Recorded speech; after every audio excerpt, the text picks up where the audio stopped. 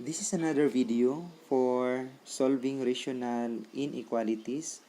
This is other example. Let's say for example we have 3x plus 1 divided by x minus 1 greater than or equal to 2. So again, the next step is to transfer 2 dito sa left side para 0 na lang ang bilin diri. So we have so we have here 3x plus 1 over x minus 1. Transfer si 2. This is minus 2 greater than or equal to 0. After this one, we are going to find the LCD. LCD na to diri will be x minus 1. X minus 1 divided by x minus 1, that is 1 times 3x plus 1. So you have 1 times 3x plus 1. Next will be x minus 1 divided by, so it is understood nga na siya denominator nga 1. So x minus 1 divided by 1, that is x minus 1. So minus niya ka naman siya.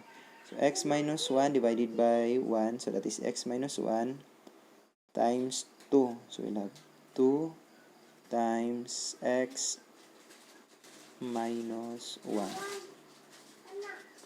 So that is greater than or equal to 0.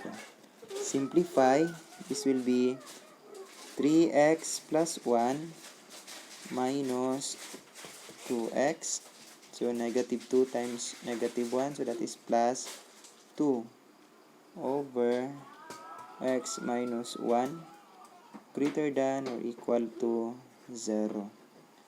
Simplify this one. So we have 3x minus 2x. So that is x na lang. So 1 plus 2. So that is plus 3 over x minus 1 greater than or equal to 0. Next step is to find the critical values. So to find the critical values, we will separate the numerator and denominator and equate to 0. So we'll have sa numerator, we have x plus 3 is equal to 0. Therefore, x is equal to negative 3. Sa denominator na to, we have x minus 1. Set na to 0. So we'll have x is equal to positive 1. So naatay duha ka critical values, si negative 3 o si positive 1. The next step is to plot this one on the number line. So in our number line, this is our number line. We have here positive 1. Then there is si negative 3. So, ang pinaka-kilid niya si negative infinity. Pinaka-right pod niya si positive infinity. So, again, to determine kung hollow ba siya or solid, so si denominator always hollow. So, therefore, 1 is hollow. Numerator, sa numerator, ato ang lantawon diri.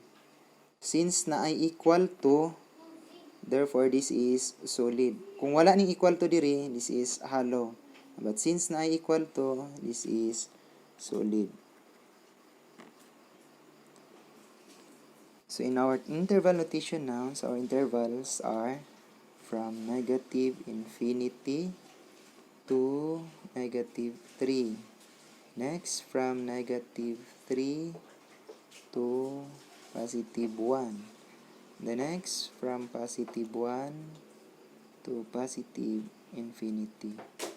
So, si negative infinity, that is always parentheses. So, negative 3, since that is solid, so this is bracket. Negative 3, this is bracket. Positive 1 is hollow. This is parentheses. So, C1 is hollow, parentheses. Positive infinity, always, parentheses. So, in set notation, so ipatunga nato si x na po diri. So, si x, kaya naman siya sa tunga, meaning mas gamay siya ni negative 3. So, therefore, x is less than negative 3. And since this is bracket, so natay equal to. Pag infinite, negative infinity, dili na sulatan diya. Again, diri na po ibutan to si x sa tunga. So, meaning si x, dako ni negative 3. So, therefore, x is greater than negative 3. And since this is bracket, so, natay equal to. Pero si x nga nasa tunga diri, gamay ni 1. So, therefore, less than 1. Next, diri, ato na po ipatunga si x. So, meaning si x, dako ni 1. So, x greater than 1. Since this is parentheses, so wala na ni siya greater than diri, equal to diri. Then, since it's infinity, so di na ta magsulat po diri. So, this will be our set notation. Next will be our test points. Test points na to, value ni x nga naasulod sa interval. Sulod aning interval sa negative 4 na sulod. No? So, sa x equal to negative 4. Sa unsa, negative 4, negative 5, negative 6, negative 7. So, sulod na sila diri nga interval. Diri po ng interval, pwede ta mo pili ni 0. No? Nasulod si 0 diri. 0. Diri po ng interval, pwede po ta mo pili ni positive 2. Since positive 2, sulod po diri nga interval. So, ang ito ang expressions dito sa taas, ganina, nara diri. So, we have x plus 3 o x minus 1. So, we have here x plus 3, dayon x minus 1. So, again, sa test points, may atong i-substitute ni x. So, let's say for example diri, negative 4, ipuli nato ni x diri, negative 4 plus 3 is negative 1. So, ang sign is negative. Diri po, 0 plus 3, that is positive 3. So, ang sign is positive. Next is 2, puli nato diri, plus 3, that is positive 5. So, ang sign is positive. Next, diri na po, negative 4, puli nato ni x, negative 4 minus 1, that is negative 5. So, this is negative. 0 minus 1, so that is negative 1. So, this is negative. Next, we have here 2. 2 minus 1, that is positive 1. So, this is positive. So, ang final inequality na to diri kanina, we have here x plus 3 divided by x minus 1. So, meaning kani, i-divide ani. So, therefore, we have negative divided by negative. This is positive.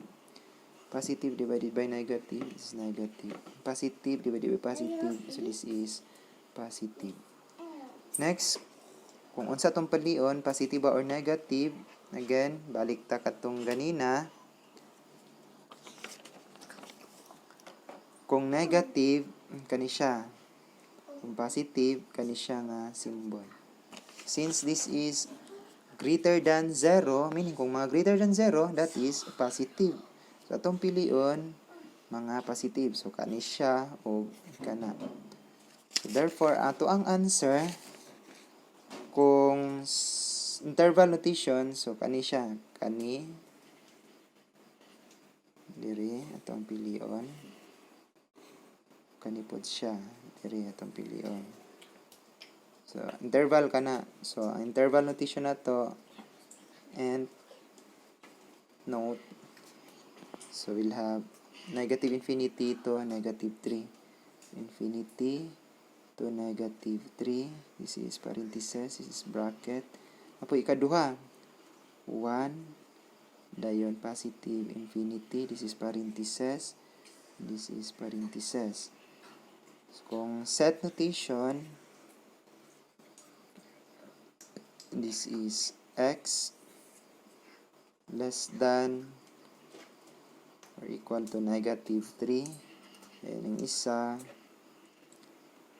x is greater than 1.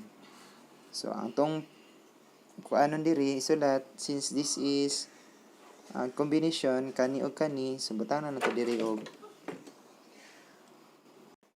U, meaning this one union kani, and then since that is union, so this is or, kani or kani. Kung set notation from negative infinity to negative 3, union 1 to positive infinity. What